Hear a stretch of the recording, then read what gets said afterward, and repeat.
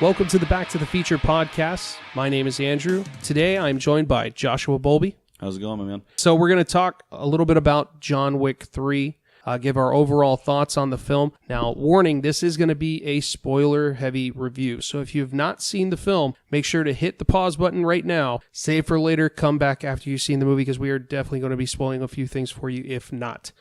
So let's go ahead and jump on into this. As far as the movies go, third movie picks up right where the second movie left off, and that seems to be a continuous thread with these, which is fantastic. Most movies can't do that or can't pull it off. Yeah, not as well at least. Absolutely. So literally moments after he's excommunicated in the second movie, he's just running through New York. Yeah, I think it's like 30 minutes after. Exactly. A half hour has passed since we've seen him, and everyone's getting the notifications on their phone, that he's being excommunicated within the hour. They're going to be able to just go at him. Yeah. So it's really cool because that kind of goes into as far as them adding to the rules that like the High Table brings and their control over not just the Continental, but the entire world of the assassins. Yeah. How much control that they have, and the fact that even though everything that's happened strictly because he broke a single rule at the Continental, he is now being hunted down by the entire world of assassins. Well, it's not just that rule that he broke. It was the fact that with Winston, the guy that runs the place, he let him go. That's like kind of like the big domino effect that why we see what happens in John Wick 3. Oh, for sure. I mean, it's like you said, it's more than just a rule in a sense. It's almost like almost like breaking a promise to a friend. Yeah, absolutely. Because they're basically like Winston's probably the closest thing to a best friend he has in this series. Well, other than what's the guy that played? Let's see, who was it? William Dafoe in the first movie. Oh, that's true. Yeah, as far as the assassins go, yeah, for sure. Outside of that, so maybe more of like a almost like a father figure type of thing. It's probably the better analogy. So Ian McShane, he has to be one of my favorite actors working right now. Like, I don't love him in everything. Yeah. But he elevates everything he's in, even when it's not a good movie. Like, he was in that Hellboy movie that just came out. He didn't have the best role, and that movie was not good as a whole. But I still enjoy seeing him on screen. Yeah. So it's one of those things is like him, David Harbour. I'm thinking, oh, what can go wrong? Well, apparently a lot. Apparently. I did not hear good things about that. But still, I love seeing him on screen. He's just got such a presence to him, and his voice, you know it as soon as you hear it. It's kind of like cozy, That's kind of a weird way to put it. It's that old school, just very suave. Yeah, sound absolutely. Like he could have been at a younger age, he could have been like a James Bond or something like that. Oh, I could see that. Or a villain, James Bond. Or a villain, yeah, absolutely. That would actually probably work just as well, if not better. So anyways, we're talking about how John Wick's running through the streets.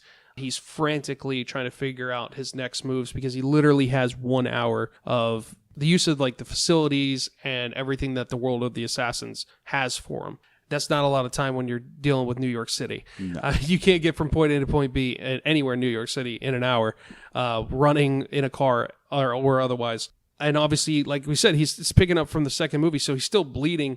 And he's still pretty beat up. He's still pretty beat up from what happened in the second movie. But I do love, I have to say, I love the fact that the dog is still with him. Yeah. The whole time running through the streets. And then that when he realizes that he's not going to make it to whatever destination he's trying to go to, he makes sure the library. Well, the library, yeah. He makes sure that the dog is taken care of. And he's like, take the dog to the concierge at the Continental. And I'm just like, oh, like, I love dogs. I'm a dog person, so I was just like, oh, that's so nice. He still doesn't even have a name for the dog.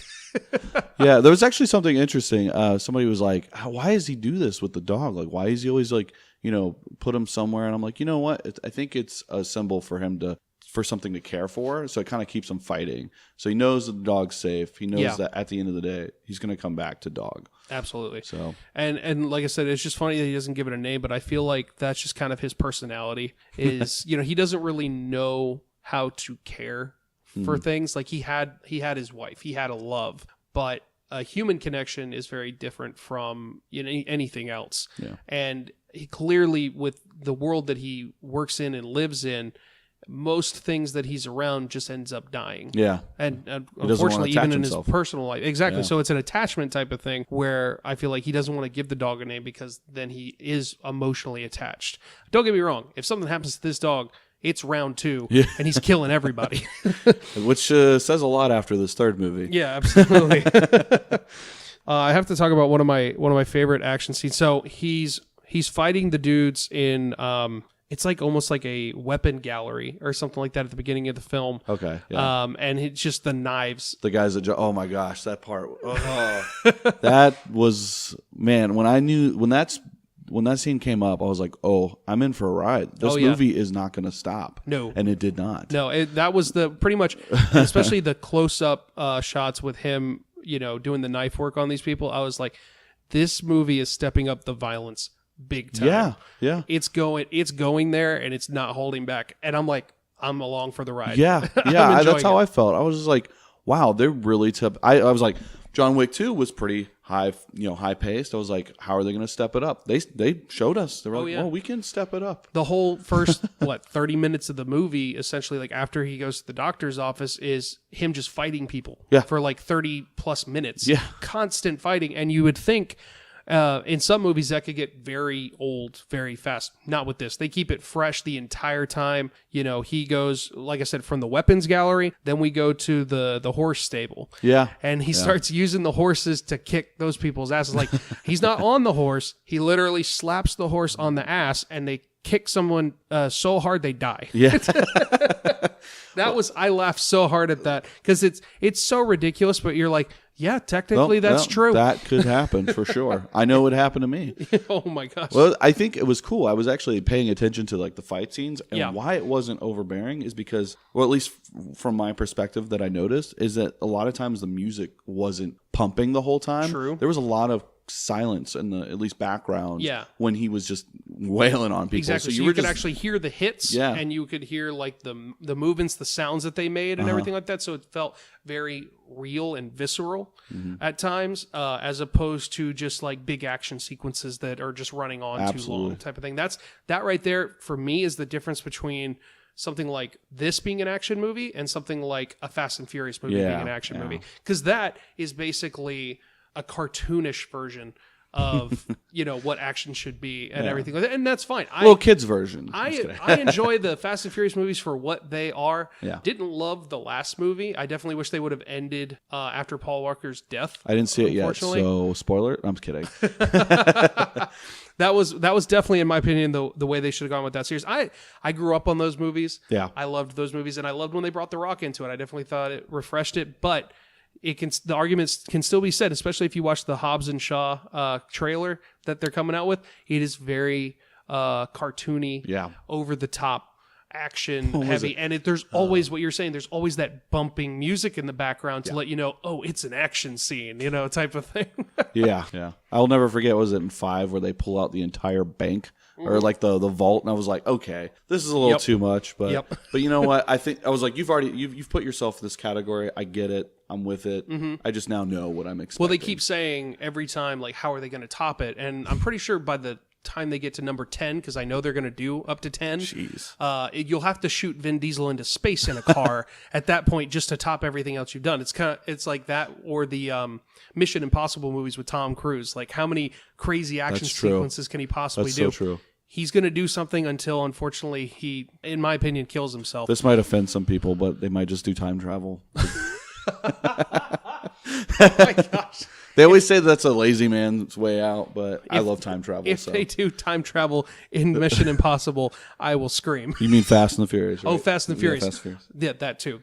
Mission Impossible, that would be funny. That would be hilarious. Everything's just time travel now. So let's jump back in to the John Wick universe here. So we were talking about the horse stuff. When he gets on the horse and he starts riding away and he's fighting the people, like just galloping down the street, I'm just like, this is what like our parents saw when they would watch like old Chuck Norris movies, but done perfectly. Yeah. You know what I mean? Like Keanu Reeves with John Wick is the new version of that. Yeah, like these like the new Western, I guess. Right, it's like Chuck Norris is the boogeyman. Yeah. It's like, no, Keanu Reeves is the boogeyman. He is the Baba Yaga. No, I actually really liked the horse scene because, that was kind of like a thing that they were pushing when that was filmed. Mm-hmm. They were like, oh, John Wick's going to have him riding a horse. And I was like, oh, okay, this feels gimmicky. But then when I saw it in the way that they, used the horse and it wasn't overdone, I was like, dang, that's pretty sweet, especially when they were getting chased by the motorcycles. Yeah. And how he planned that out. I was like, whoa, I was not expecting that. That was awesome. And I was a little confused when it happened because I remember in the trailer, they show you the scene with him on the motorcycle fighting the other motorcycles. And I'm like,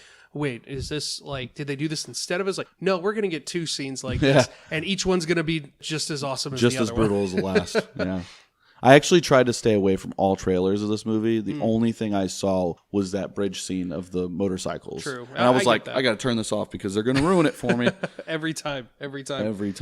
So one of the surprising things for me with this film was I didn't really know what to expect with Halle Berry. Same. Yeah, absolutely. I'm not the biggest fan of hers. Me neither. Like, I don't like her in most things. I don't think she's a terrible actress. I just feel like a lot of the roles she takes might not always have the best writing, and I think she's one of those people, she needs a very specific role. But I guess the same could be said about Keanu Reeves. Yeah, no, I definitely think she's I think you're right, the roles that she's usually in, I feel like are under her caliber. Delivered. Yeah. Yeah.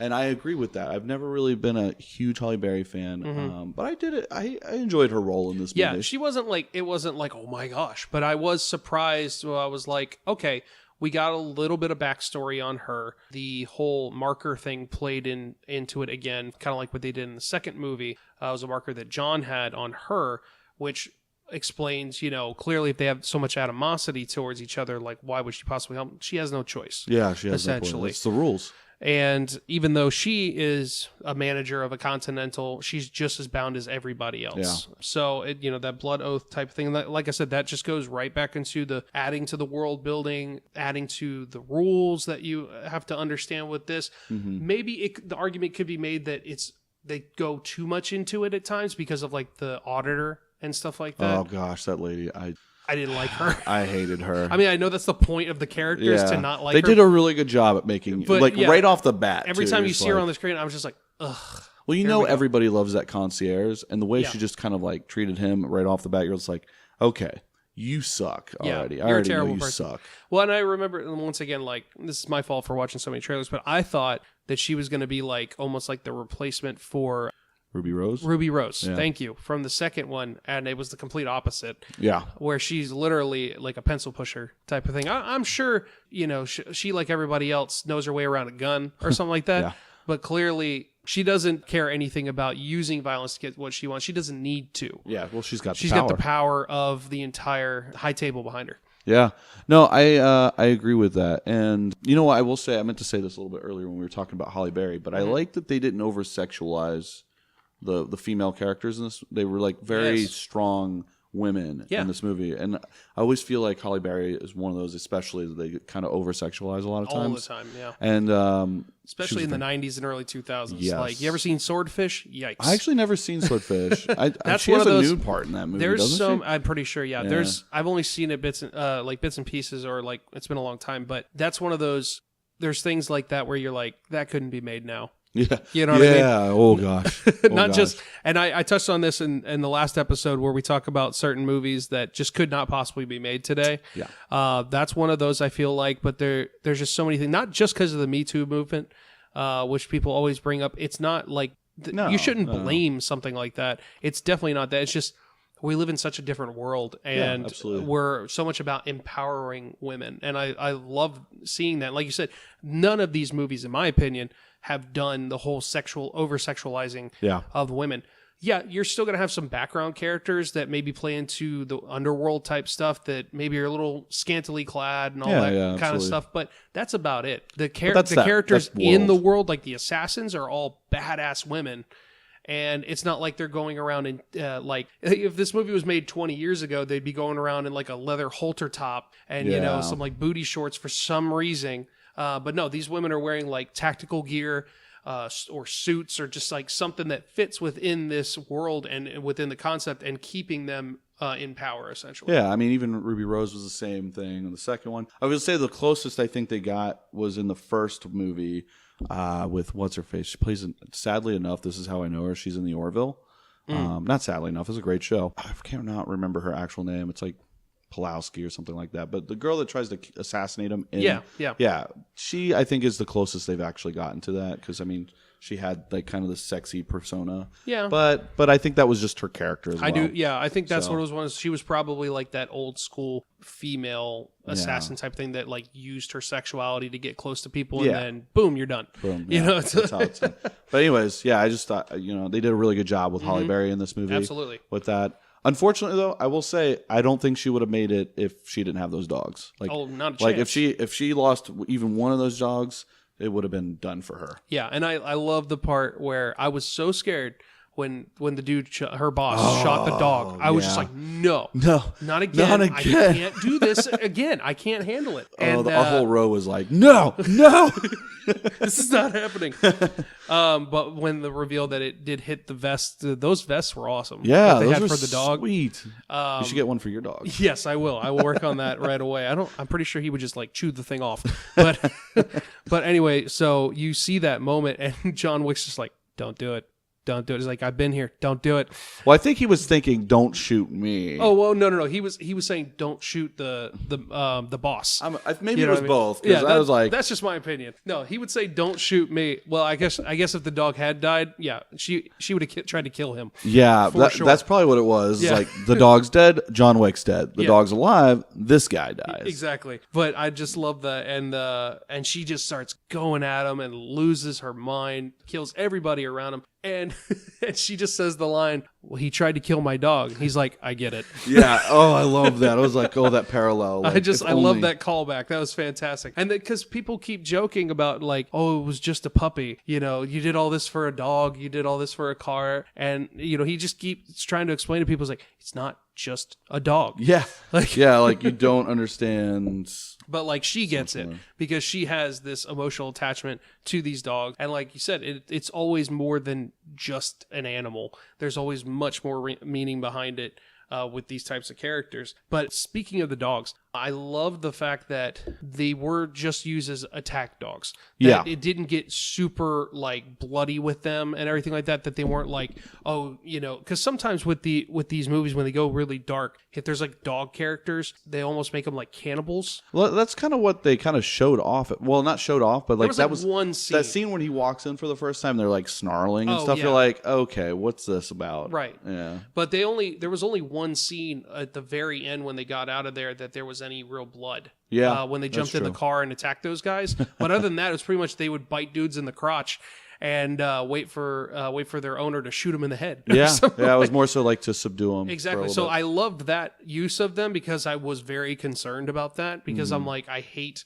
adding to any stigmas with dogs as far as like the violence and stuff like that. So it showed that it wasn't just about making them violent. It was shown that they were trained. They did similar attacks that like a police dog would do on somebody, maybe a little bit more violent version of it because they always go for the crotch instead of like biting a dude's arm. But in the sense, it's the same type of training. Yeah, absolutely. What they did. I love the part, and I know you might know this because you didn't watch the trailer, but they showed it in the trailer, but seeing it on the big screen was just amazing where the two dogs go up and she goes underneath. Oh, yeah. At the same time. What an awesome... That was so cool. Oh, my gosh. That was really cool. The way that they shoot these movies is just so fantastic. The cinematography, and it's so hard with movies like this when there's so much action, there's so much hand-to-hand combat, you run the risk of the typical shaky cam. Oh my gosh. Type of thing. I was just about to say that, man. I hate when movies do that. Yeah, you get that a lot, especially in like superhero movies if they get real close up because most of the stuff is like far away. Yeah. But when they get close up, it's like, oh, the camera's shaky for some reason. Is that even the same guy? No, it's not. No, it's not.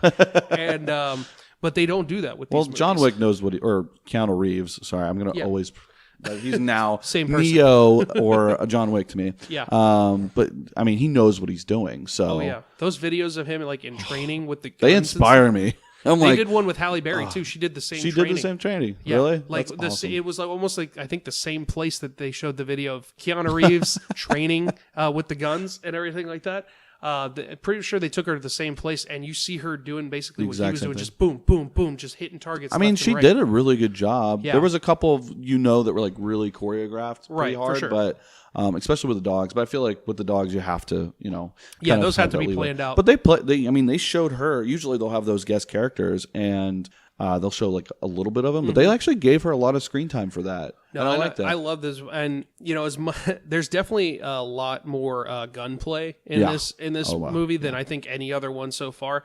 I'm definitely much more into the hand-to-hand combat side of things when they do that, or like even maybe the knives and stuff like that. Because there was a lot of that too. There is a lot of that in this movie, but that's why I enjoyed the first 2 movies so much, was because of how, like I said, how real it felt. Yeah. With the choreography, with the fight choreography.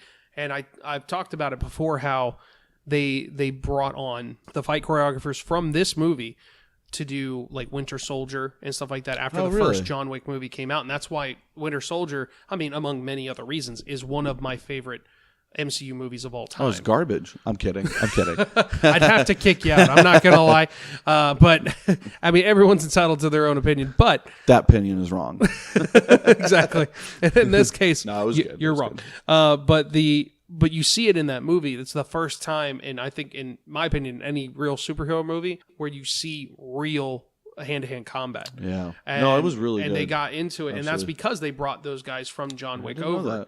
And it just shows. That's when they took. That movie is the movie that changed my mind about Captain America, because I wasn't really a big fan of Captain America. It needed help, yes. But but not just because of the fighting, but what they took the story in, and like stop making him the poster boy and the the good soldier and everything like that. And he starts questioning everything. There's just so much that goes into that.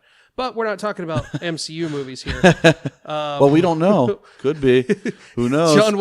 John Wick. It could kill Thanos. Let's just. I mean, if we're being honest, I love those memes. Yeah, where it's Thanos, and like I saw one yesterday where he snaps and it's John Wick holding the dog, and it disappears. Yeah, I saw that. And then John Wick is like standing in front of Thanos. He's like, "Oh crap!" Whoops! Like, this is exactly how it would play out. We've talked a little bit about how with each movie they dive more and more into the world that they've made with the John Wick universe, and this one is no exception. Oh yeah, they just keep adding more, and it's not. It could be, and a lot of movies could be considered like overkill or like too much to explain. Kind of like we talked about with the Matrix movies. The second movie throws so much at you, you cannot possibly understand everything that's going on. No. That's not these movies. It ruined the series. They really did. It did. But that's not what they do with these. They give you just enough. I think he learned. I think he's like, hey, I've seen this done before. Let's spread this out. Yeah, well, and what Chris Kin on the last podcast talked about is the director of this movie was the stunt guy for Keanu Reeves in the Matrix movies. Really? Yeah, that's how they met. Oh, wow. So, full circle. I feel like a lot of the characters, I mean, you got, was it Lawrence Fishburne? Is that his name? I mean, he was, in the Matrix. I feel like a lot of it, but I'm sure we'll talk about that later. For sure. But like I said, they just keep adding on to it, and it explains certain things. They don't have to explain everything. I don't have to know everything about John Wick. Even though they go into his upbringing a little bit in this one, there's still that mystery behind him. There will always be that mystery that's the thrill. behind him. And exactly. That's the if thrill. They over-explain it, then it loses its luster in a sense. But they definitely don't do that. And just when you think every corner that the not just the high table, but this world covers with the different versions of the assassins, the different groups and the factions, you don't. Nope. There's so nope. There's so many of them. It was very interesting seeing his almost like mom figure that picked him up from when he was an orphan.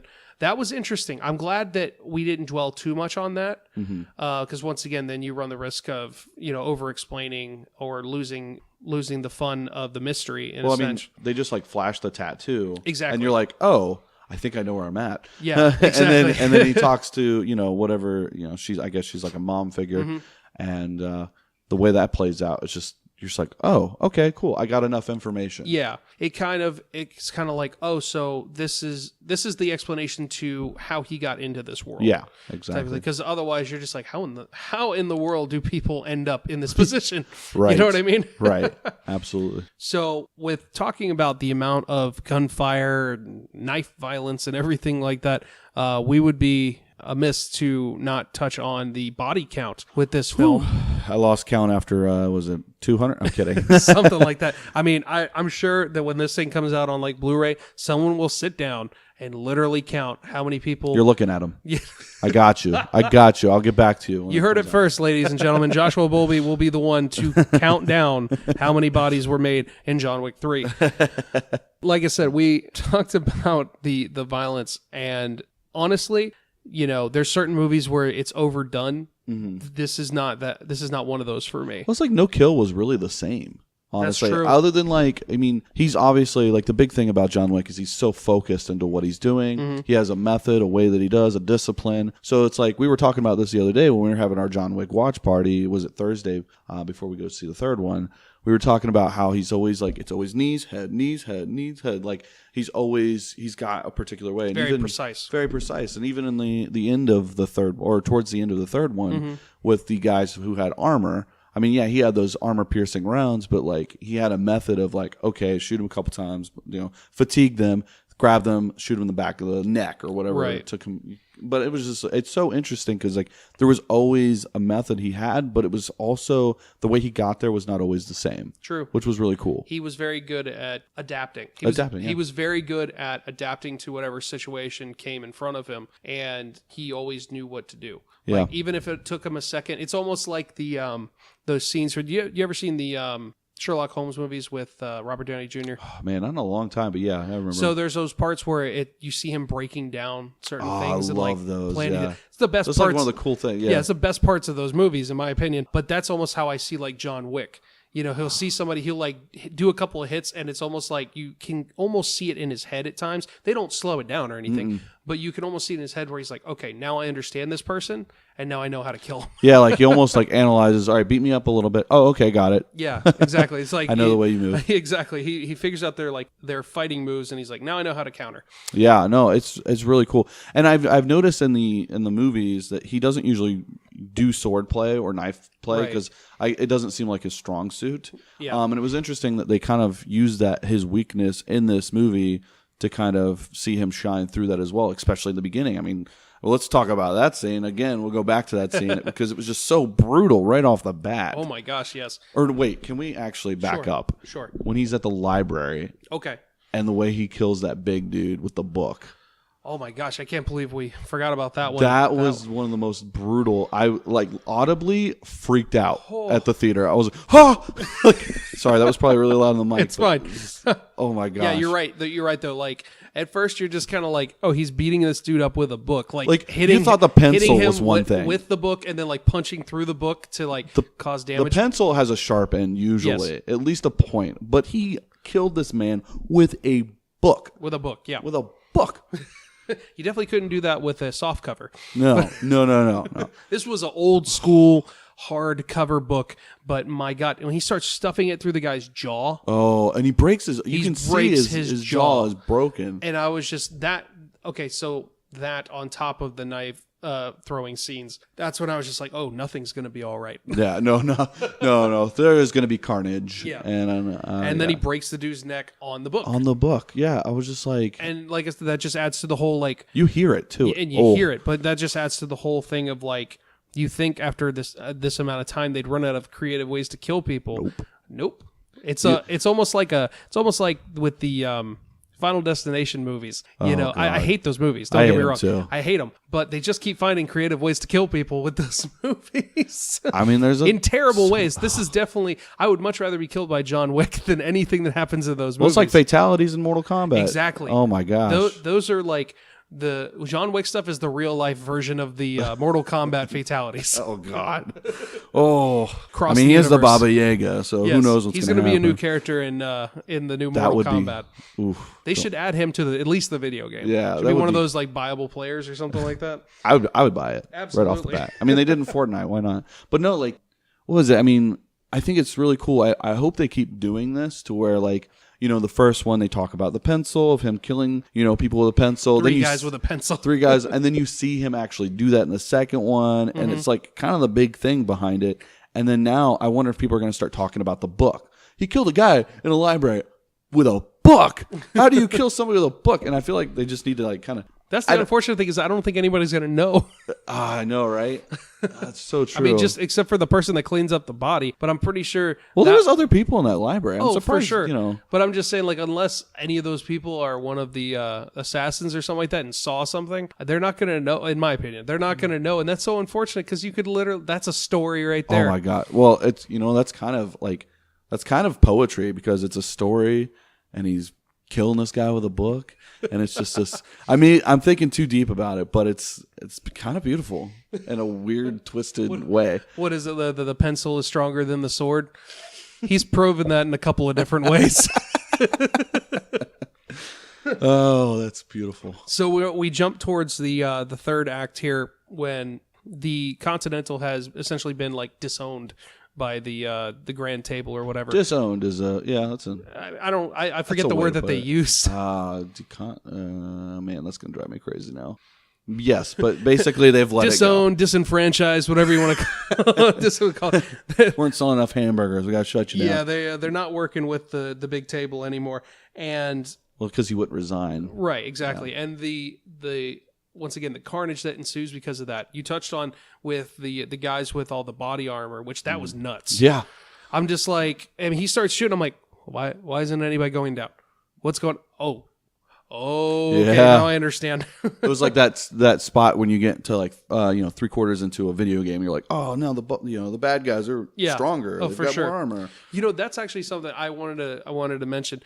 These movies are like the best version of a video game brought to life. Oh, absolutely. In my opinion. Absolutely. Especially this one. It made me think so much of a video game, but not in a bad way. It was in a good way. When he, and I don't want to jump ahead too much, but when he has to do the different stair levels of the guys with the swords. Oh, yeah. That was really cool. So much like a video game, and I'm just like freaking out in the best way possible. But so to go back to the dudes with armor, you mentioned it before how he has to get creative with how to kill people, and he had to figure out, and he's like, okay, their heads are completely sealed. Mm-hmm. Their body armor is just like completely impenetrable. Yeah. So his only spot to do it is right in the neck, between where the helmet ends and the shoulder pad begins.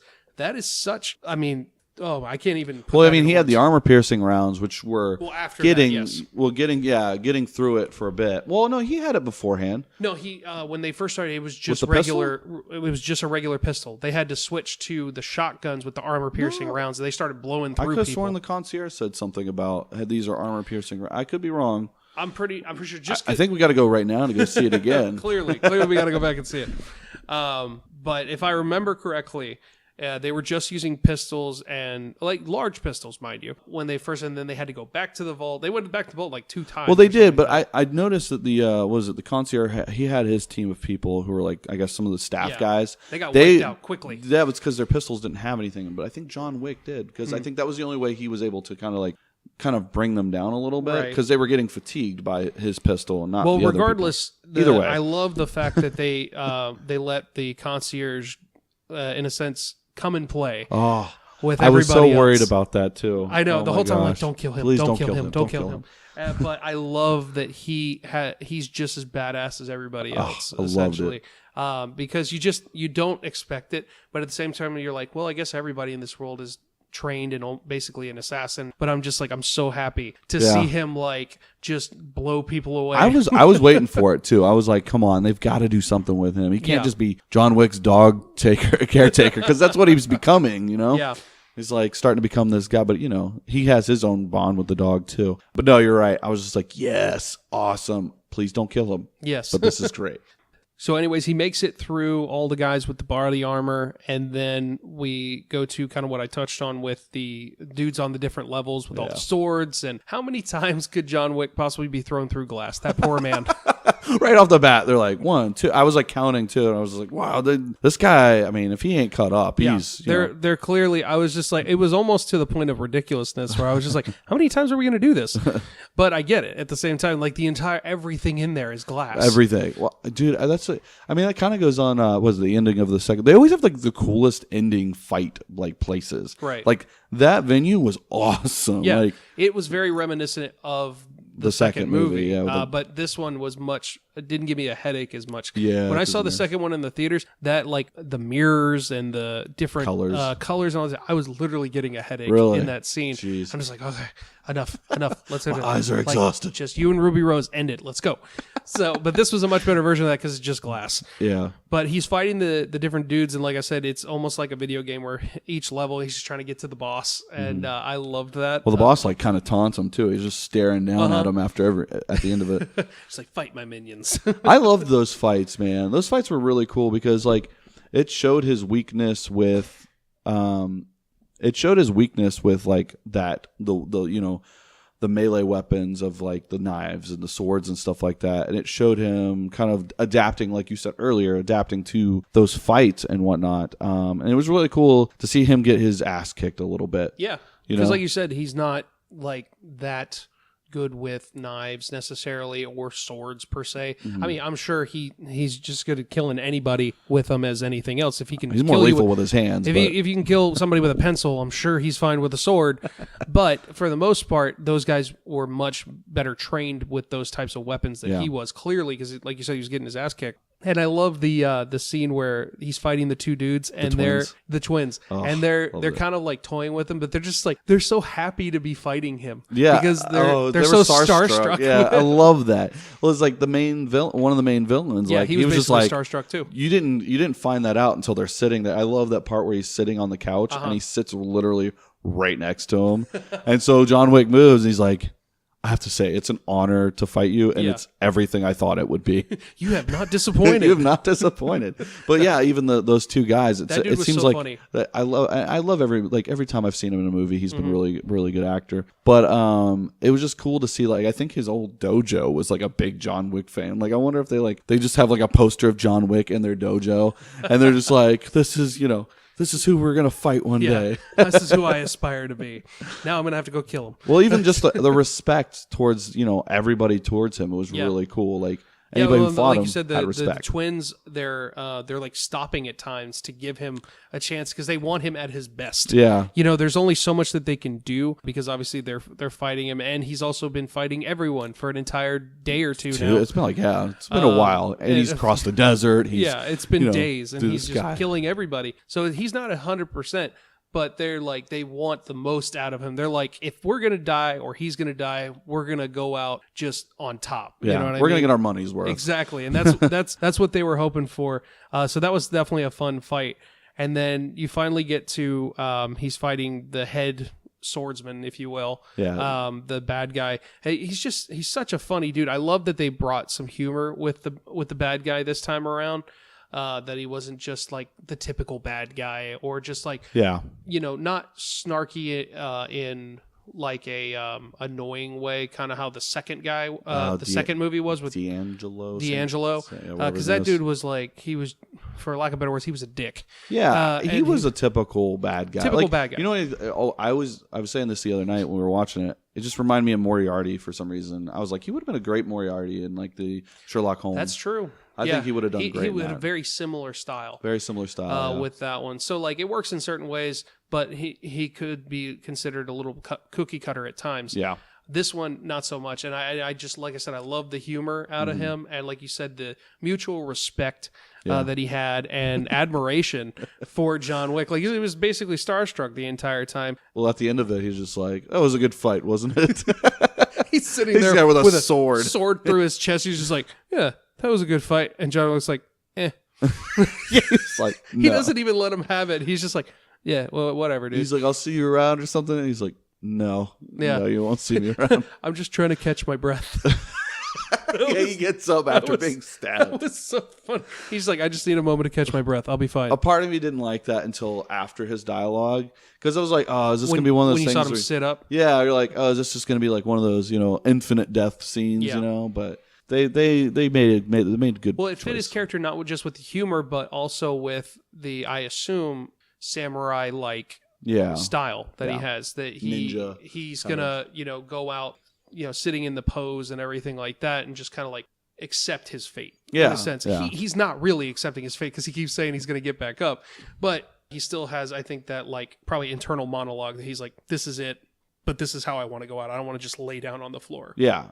So that was definitely funny. So now we can talk about getting up to the rooftop with the parlay with the owner of the concierge and the auditor, because I don't really know what else to call her. And there's a word I'd like to use. Yeah. But we'll just keep it PG. We'll just skip over that. So they're just talking things out, and then all of a sudden the betrayal happens, and like you saw it coming a little bit. You know. But at the same time, I'm just like, no, don't do it. Ian McShane, I like you too much. Why? Yeah. I think he knew he was going to survive that. I think so. Yeah, I think to an extent, I think he was like, well, if he dies, he dies, but there's a good chance because he's John Wick that he'll probably make it out of this somehow, and I don't know how. Yeah. You see him hit the bar on the way down, I'm like, oh, that's a broken back right there. I was like, oh, are they killing him off? But I deep down inside, but he's not going to go out that way. If he's going to go out anyway, it's going to be like a hail of gunfire or something like that, not falling off a roof. He'll go his own way, whatever style he wants, you know? Yeah, for sure. But when that happened, and it's every man for himself. He's just trying to save face and, set himself up nicely to get back in good graces with the table. And I'm just like, oh, I don't like this turn for the character, but I understand why they had to do it. Because now John Wick literally has no one. Mm-hmm. And it sets it up nicely that who we thought might have been dead is the leader of the homeless crew at the very end of the movie. He gets dumped at the foot of him, his throne, if you will. And Bowery. Yes. Bowery King. That guy. And so we get a Matrix team up finally, setting up for the fourth movie, and I'm so excited about that. Yeah, it's going to be the fourth Matrix movie. Yes. At the same time as the same John Wick and that's movie. what we're going to find out it's in the same universe. But you have Lawrence Fishburne and Keanu Reeves. Looks like they're finally going to team up and kick ass. Yeah. I hope so. I think everybody was waiting for it, to be honest. I want that. Like, I know that Lawrence Fishburne might not necessarily be in the same kind of shape that Keanu Reeves is and everything like that, and so I don't need him to be at the same level, but I want to see them fighting side by side. I think his gunplay could be, pretty good. Sure, at least from a distance. I'm sure he has some things up his sleeve and everything like that. I just want to see them side by side, killing some bad dudes. I'm really hoping that also Jason Manasakis, or I can never say his name right. The guy that plays, everybody will know him as Rafi in the league. You might not get that. I know what you're talking about. Yeah. I know him from, he's been in a lot of stuff, but Brooklyn Nine-Nine. Yeah, he's in Brooklyn Nine-Nine, yeah. And so I was really surprised on how they didn't really use him too much. Well, to be honest, I think it was just kind of one of those external character type things. I think this wasn't meant to be a huge role for him. Yeah.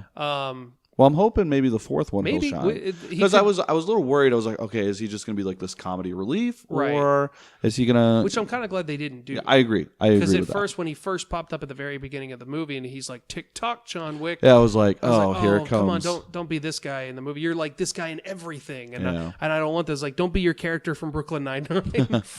Does not shock me that he was a homeless man at all. He looks like a homeless man. I think in every show he's been somewhat homeless at one point. At some point or another. So that was pretty funny. It was just like, this is his character. But he could have a bigger role because being that John Wick's literal only allies at this point is the homeless crew and everything like that. I'm sure he'll probably play a part in that one way or another. Well, now they're under the table, right? Is what they call it. Under the table. Yeah. And so, like I said, the third one ends just like the other ones, where we're gonna pick up where it leaves off in the next one, and honestly, I'm okay with that. Yeah. There was a big part of me before going to see this movie and before seeing anything online about the possibility of a fourth one that I thought he could die in this movie, but clearly they have bigger plans, and I'm along for the ride no matter what. Yeah. I don't want them to overstay their welcome per se, but I think they have at least one more good one in the books for them. Maybe fourth one could be the closing of the chapter, in my opinion, but who knows? Yeah. I always think it's funny. We were talking about this the other day, that the first one isn't called Chapter 1. No. And then the second one got a chapter title, but then the third one got a subtitle. Yeah, chapter and a subtitle. And then now what's this fourth one going to have? It's going to have a subtitle with like subtitle. A subtitle. So it's going to be like a paragraph or something. Oh, I did like that when they find, because I never looked up what Parabellum was. Yeah, I actually didn't find out what it was until I watched the movie and the translation. Yeah. And that was pretty cool. Yeah. When you realize, and it's not just, there's those times when they say the movie title in a movie and you're just like, ugh. Yeah, like, oh, God. That was unnecessary. But this was very, it fit. Yeah, it was organic. It felt very organic, and, it meaning... was it war? Like, let there be war or something to that effect. Let's make sure we get that right. And that was such a cool line. I'm like, oh, that makes the title so much better and makes so much more sense, because it was just like, why not just let it be John Wick Chapter 3? Yeah, right? Like, Parabellum is Latin for prepare for war. Prepare for war. That's war. what it was. Yeah, that was awesome. It also means it's also a type of semi-automatic pistol or machine gun. That fits. That's pretty sweet. I like that kind of double meaning. But I mean that makes sense that somebody would name a pistol that. Prepare for war. Yeah. And I love and they've done this in every single movie, but I love the way they do subtitles. I know. I really do. It's not always like, I like how they don't subtitle every kind of true. Everything that's not English, but you can kind of imply what they're talking about. Well, and it seems like if they subtitle it once, they don't do it again. Yeah, which is really They're like, cool. You now know what this means. You should pay attention. Put it in your notes. Let's move on. Yeah. That seems to be their running thing, and I love that, honestly. Yeah. Overall, man, I loved this movie. I thought it was great. It's cool to see that the critics have been liking the movies as they go on, too. That it seems to be getting a lot of good... Because I love these movies, and it's good to see that everybody else loves these movies. And that I'm not just like this niche, because I always like those really niche movies. And no, I was very pleased with it. All right. So with all that said, let's go ahead and give our overall ratings of the movie. Okay. Josh, let me know what you're thinking. Of this movie, I'm a little biased, man. I've been waiting for this movie since the end of the second movie, and it was. Do you do like a 8.5 or like a 9.5 kind of thing? Do you do that? Yeah, okay. I do 0.5s and all that stuff. I think I'm gonna go. Man, I don't know. I think it's around like an 8.59. Yeah, that's where I'm 8.59. Okay. Or no, like 8.5 or 9. I was like, we're getting real specific. 8.6752. No. What's the number for pi? No, but yeah, I'm kind of in the same boat. I really feel like I need to see this movie again. But I loved my first screening of it. So I would say I'm probably around the same number. I'm probably like at 8.5 right now. Yeah. I don't think I would go much lower than that. I think 8 would be the lowest I would go with this movie, but I think I'm pretty firm at 8.5 right now. So let me ask you then, on top of that, with 3 movies now in the franchise, which order would you put them in as far as your favorites, like a 1, 2, 3 spot? Yeah, before I say that, I have to go see this movie again too, because I was telling you this, that half the movie, during the first half of the movie, I was I had a guy talking behind me for the longest time, so I definitely want to go back and enjoy that intro again. But for sure. I probably would have said 1 was probably my favorite. After doing that marathon, we went 1, 2, we watched them back to back, and I didn't realize how much I really liked 2. Interesting. I don't know, man. No, screw it. I like 1. I'll say 1, 3, 2. 1, 3, 2. Yeah. And it's really not. I would say all of them the same, but yeah, I get had that. to choose. So even though you love 2 as much as you do, you think that 3 might be better. Yeah. Oh yeah. Okay. Yeah. So that's actually really funny, because that's basically my list as well. Is I think the first John Wick will always be my favorite. I love that film front to back, especially how it surprised me when it came out. Yeah. It's just so I don't think anything is ever going to top it. I do love the second one, but I would say it's for me 1, 3, 2 as well. Yeah. So it's basically it's the same list essentially. Like I said, I definitely need to see this movie again to know for sure. I think I'm pretty solid with that right now. So it's actually kind of crazy. Did you hear that they're making a video game for John Wick? No, I didn't, honestly. Yeah. So a friend of mine sent me the post, and he's like, dude, you got to check this out. And I was like, a John Wick video game? Yes. And then when I opened it, it was not at all what I was thinking. You would think like Carnage, like first person or third person just beating the crap out of people and stuff like that. Almost like, was it the Enter the Matrix games and stuff like that? Exactly, yeah. That's what I was hoping for, but it's actually a top-down game, and it's kind of like a RTS, I guess. You have to see it. It's like cell shaded, first of all, so it's not like realistic graphics. Okay. It almost looks like it could be a mobile game, but it also has mechanics that are a little advanced for a mobile game. And you actually like you dictate what John Wick does. I mean, it still looks cool, but it doesn't look like the John Wick game that you would. No, that is nothing of what I would have hoped for a John Wick game. So if hopefully, in my opinion, hopefully that ends up being like a mobile game or something like that, and maybe they don't have plans to do a video game. I don't know, but if they do, I would really hope that it would be like a console-based game, similar to what you said, like third-person or first-person shooter type thing. I think you could do a lot with that. Oh my gosh, I think, oof. And that kind of jumps into as far as what they're working on with the Continental series that they're doing. I think it's with Showtime or something like that. It's one of the ones that doesn't necessarily have those really breakthrough series type things. That or Stars, one or the other. And I'm really looking forward to that. Now, I heard that it's not going to be centered around John Wick. It's going to be centered around another like younger assassin. Did they say that? They said it's going to be one particular. Yeah, I think I think it is going to be centered around one particular person, unless they change it. It could be more of an anthology thing, which I think would be really cool. Yeah. But maybe they want it to be more story based, episode to episode. So it just kind of depends on which route they go. It'd be kind of if they did like different assassins each episode. Yeah, you could honestly with the Continental, it's ripe for an anthology series type of setup. So that could be really cool. So I'm looking forward to that either way. Yeah. Whichever way they go, I'm definitely going to watch it. I'm going to have to subscribe to whatever platform they're on. Just add that to my bill every month. I know, right? Jeez. Take my money. There's so much in this world with the John Wick universe that you can explore. But I think we've covered just about all you can with that. What I wanted to make sure that we touched on since you're here is I know you have a new band out now, Dead Wing. Yes. You have a couple of new tracks, one specifically that's a little special. I'm going to let you talk about that. Yeah, no, we just released this track this past Friday, May 17th, on the same day of the John Wick movie releasing. There's a reason for that. Naturally. And it's actually called Daisy. I'll let you people figure that out, what that reference is. But it is about John Wick. And it's more, I started writing the song as a kind of a joke to start off. And I was like, you know what? I'm just going to write the plot of the first movie for a song. I think that'd be kind of cool, heavy riffs and stuff like that. But I was like, you know what? I'll make it this general song about just how badass John Wick is.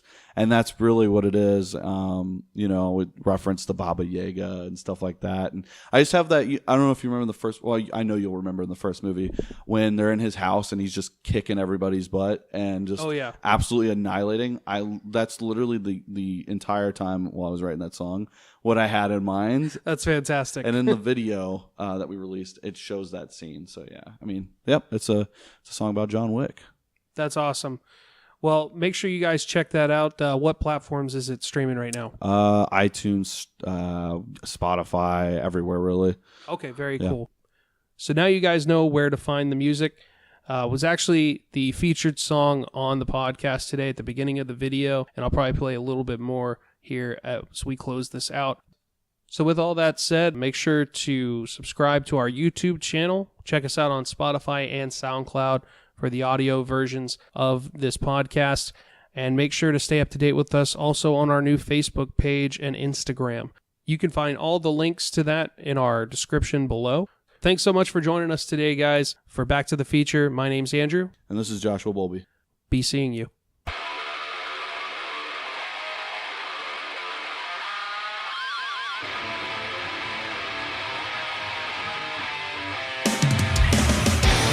From the clouds